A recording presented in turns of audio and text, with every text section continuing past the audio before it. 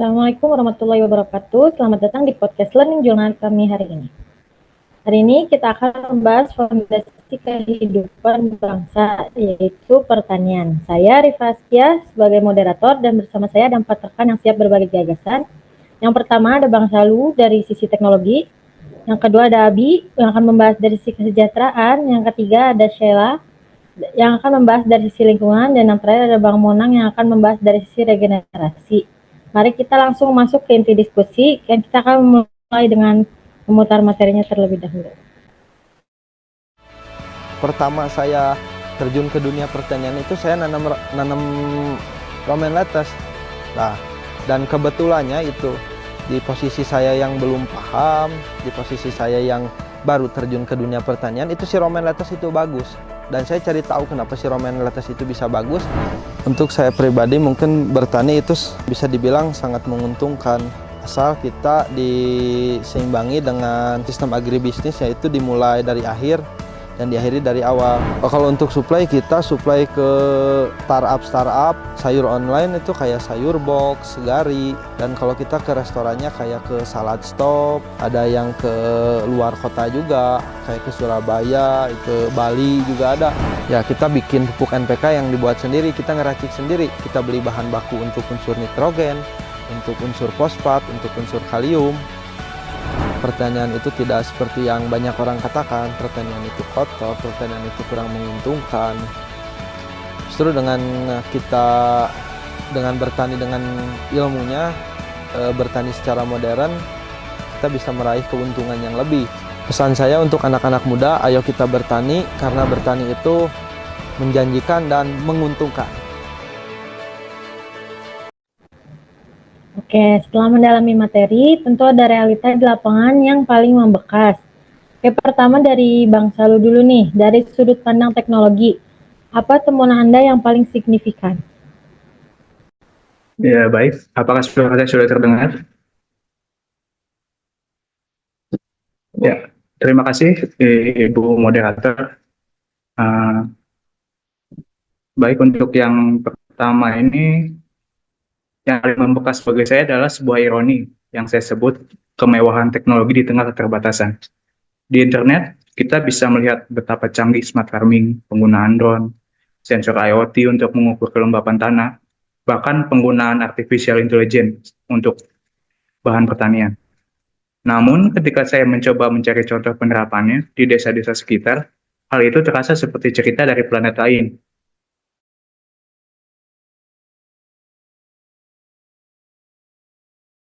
Sangat minim. Ada jurang digital yang sangat dalam antara potensi dan implementasi. Ini bukan lagi sekedar masalah ketersediaan teknologi, tapi lebih dalam lagi, yaitu soal literasi digital, aksesibilitas, dan persepsi bahwa teknologi itu rumit dan mahal. Realita inilah yang membuat saya berpikir bahwa inovasi tercanggih sekalipun akan sia-sia jika tidak mampu membumi dan menyentuh tangan para petani secara langsung. Mungkin itu saja dari saya. Oke, terima kasih pendapatnya ya dari Bang Salu, keren banget nih. Selanjutnya dari teknologi kita bergeser ke manusianya. Bang Abi nih, bagaimana realita tentang kesejahteraan petani? Oke, terima kasih moderator. Menurut saya dari sisi kesejahteraan nih, nah, realita yang paling menampar yaitu adalah paradoks dari negeri agraris. Nah, kita sendiri bangga disebut sebagai negara agraris, tapi para pelaku utamanya yaitu para petani justru sering berada di lapisan yang di paling bawah dari struktur ekonomi. Nah, contoh, nah kita pernah melihat seorang petani cabai atau petani tomat yang mengeluh harga di tingkat petaninya itu anjlok hingga 10.000 per kilo. Nah, padahal di harga di pasar itu harganya bisa mencapai 50.000 per kilo. Nah, kemana selisih dari 40.000 tersebut? Nah, jawabannya itu ada biasanya di rantai pasok yang panjang dan juga tidak adil. Nah, biasanya ini juga dikuasai oleh para tengkulak.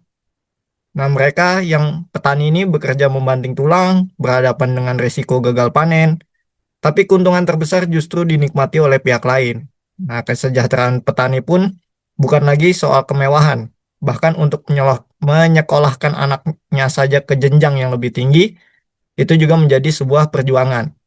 Nah, ini bukan sekedar angka statistik kemiskinan, ini adalah cerita tentang martabat manusia yang tergerus di lembung pangannya sendiri. Oke, terima kasih Bang Abi. Kisah tentang martabat petani yang harus kita perjuangkan ya. Selain manusia, alam juga menanggung beban. Boleh nih dari Kak Sheila, apa realita dari sisi lingkungan dan iklim kita? Oke, baik. Terima kasih kepada Ibu Moderator. Kalau kita lihat dari sisi lingkungan, bagi saya, realita yang paling mengkhawatirkan adalah ketika kita sedang berlari di atas treadmill yang semakin cepat, di mana kita terus mendorong produksi pangan dengan praktik intensif menggunakan pupuk dan pestisida kimia yang secara masif. Jangka pendeknya, panen mungkin akan melimpah. Tapi, kalau kita lihat dari jangka panjangnya, kita sedang merusak modal utama kita, yaitu tanah. Tanah nantinya akan menjadi keras, miskin unsur hara, dan tanah nantinya akan kecanduan bahan kimia. Di saat yang sama, iklim semakin tidak menentu. Saya teringat nih cerita orang zaman dahulu yang dulu katanya bisa memprediksi kalender musim dengan akurat. Tapi pada kenyataannya, pada kondisi yang sekarang, musim kemarau bisa saja tiba-tiba banjir. Musim hujan pun bisa tiba-tiba kekeringan. Hal ini dapat membuat para petani menjadi bingung. Jadi, kita dihadapkan pada dua masalah besar.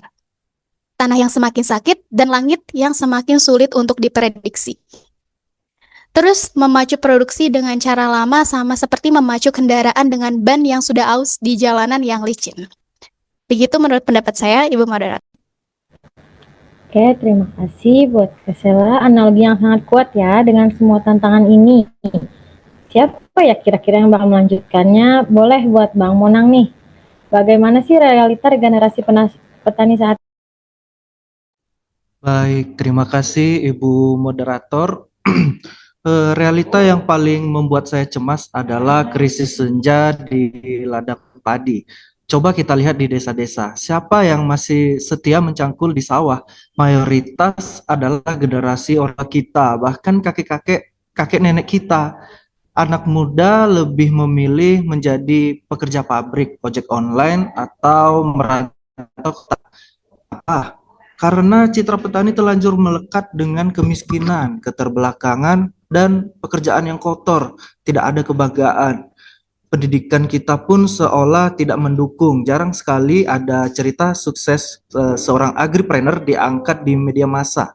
Akibatnya kita menghadapi ancaman senyap beberapa dari sekarang. Siapa yang akan menanam makanan untuk 300 juta penduduk Indonesia? Keahlian bertani yang diwariskan turun-temurun bisa terputus. Ini bukan lagi soal ekonomi, tapi soal kedaulatan dan masa depan bangsa. Mungkin sekian, Ibu Moderator. Oke, terima kasih untuk gambaran realita yang begitu jelas ya dari 4 narasumber kita. Sekarang, mari kita ubah kecemasan menjadi aksi. Berdasarkan pemahaman tersebut, apa rencana aksi bela negara yang paling konkret dari kalian? Kita mulai dulu dari Bang Salu nih, gimana nih? Baik, terima kasih. Rencana aksi bela negara yang akan saya lakukan adalah membangun ekosistem digital mikro di tingkat desa. Ini lebih dari sekedar membuat grup WhatsApp. Langkah pertamanya adalah saya akan mengidentifikasi 5-10 pemuda tani yang paling melek teknologi di satu desa sebagai champion. Dan langkah keduanya, saya melatih mereka bukan hanya sebagai pengguna, tapi sebagai trainer bagi para petani lain. Materi awalnya sangat sederhana. Yang pertama itu adalah cuaca, menentukan jadwal semprot. Cara berpengaruh untuk status WhatsApp. Tujuannya agar mereka merasakan manfaat langsung dan nyata dalam satu siklus tanam. Ini adalah wujud bela negara melalui peningkatan kapasitas SDM agar mampu beradaptasi dan bersaing di era modern, memperkuat bangsa dari unit terkecil. Mungkin itu saja dari saya. Luar biasa banget nih Bang. Jadi kita membangun dari hal-hal kecil dulu ya, oke? Selanjutnya boleh ke Bang Abi nih. Gimana nih pendapat Bang Abi? Oke, mungkin untuk rencana aksi ya, yang bisa kita lakukan sebagai individu. Mungkin ide ini berangkat tadi dari masalah rantai pasokan. dari petani, tapi yang untung itu tengkulak. Nah, mungkin saya akan mencoba membangun jembatannya secara langsung, yaitu menginisiasi skema langganan panen di lingkungan perkotaan. Nah, langkah pertama itu saya akan mencari satu kelompok tani di desa yang bisa saya ajak kerjasama. Kemudian, langkah yang kedua, saya akan menawarkan skema langganan kepada rekan-rekan baik di kantor ataupun tetangga di perumahan atau di komplek. Nah, misalnya dengan membayar sejumlah uang muka setiap bulan, nah setiap anggota ini akan mendapatkan yang namanya kotak panen. Nah, kotak panen ini berisi sayur mayur musiman setiap minggunya. Nah, sistem ini akan memberikan kepastian pasar dan harga bagi para petani. Dan di sisi lain, konsumen mendapatkan produk yang lebih segar serta harga yang wajar. Nah, peran kita di sini adalah sebagai inisiator dan fasilitator awal, yaitu dengan mengelola komunikasi via grup WhatsApp. Nah, mungkin ini adalah wujud bela negara dengan mengimplementasikan nilai setia pada Pancasila, khususnya yaitu di gotong royong dan juga keadilan sosial, dengan membangun model ekonomi yang adil dan memotong jalur yang tidak efisien. Mungkin itu dari saya. Oke, bagus banget nih membahas tentang keadilan sosial ya. Oke, sangat inspiratif. Oke, selanjutnya boleh dari Kak Sheila. Oke, baik. Untuk rencana aksi saya sendiri, di sini saya nantinya akan menginisiasi masyarakat yang ada di lingkungan sekitar, yaitu dengan satu lubang biopori dan komposter. Di mana aksi ini mungkin terdengar kecil bagi sebagian orang, tapi dampaknya akan ganda nantinya. Pertama, saya akan bekerja sama dengan Ketua RT untuk mengadakan kerja bakti membuat lubang resapan biopori, yang nantinya berfungsi untuk menyerap air hujan dan mencegah banjir lokal. Yang kedua, di sampingnya akan disediakan komposter sederhana untuk mengolah sampah organik rumah tangga. Hasil komposnya bisa digunakan untuk menyuburkan tanaman di pekarangan rumah warga. Ini adalah cara praktis untuk mengedukasi masyarakat tentang siklus alam dan pentingnya menjaga kesehatan tanah. Bela negara bagi saya adalah bertanggung jawab atas sejengkal tanah yang kita pijak. Aksi ini adalah wujud nyata menjaga kelestarian lingkungan sebagai fondasi utama ketahanan nasional. Oke, terima kasih. Aksi nyata untuk bumi ya. Oke, terakhir kita ada Bang Monang nih. Gimana nih kalau Bang Monang aksinya nih? Baik, terima kasih. Mungkin aksi saya adalah menciptakan pahlawan tani di mata anak-anak. Saya akan merancang sebuah buku cerita digital atau mungkin komik strip sederhana dengan tokoh utama seorang agripreneur muda yang keren, menggunakan teknologi dan sukses. Cerita ini akan saya distribusikan secara gratis ke tempat penitipan anak atau perpustakaan desa. Selain itu, saya akan mengusulkan kepada sekolah-sekolah untuk mengadakan sesi profesi inspiratif dengan mengundang petani milenial sebagai narasumber. Tujuannya adalah untuk mengubah persepsi sejak usia dini. Kita harus menunjukkan bahwa menjadi petani bukan lagi pilihan terakhir, tapi sebuah pilihan cerdas dan mulia.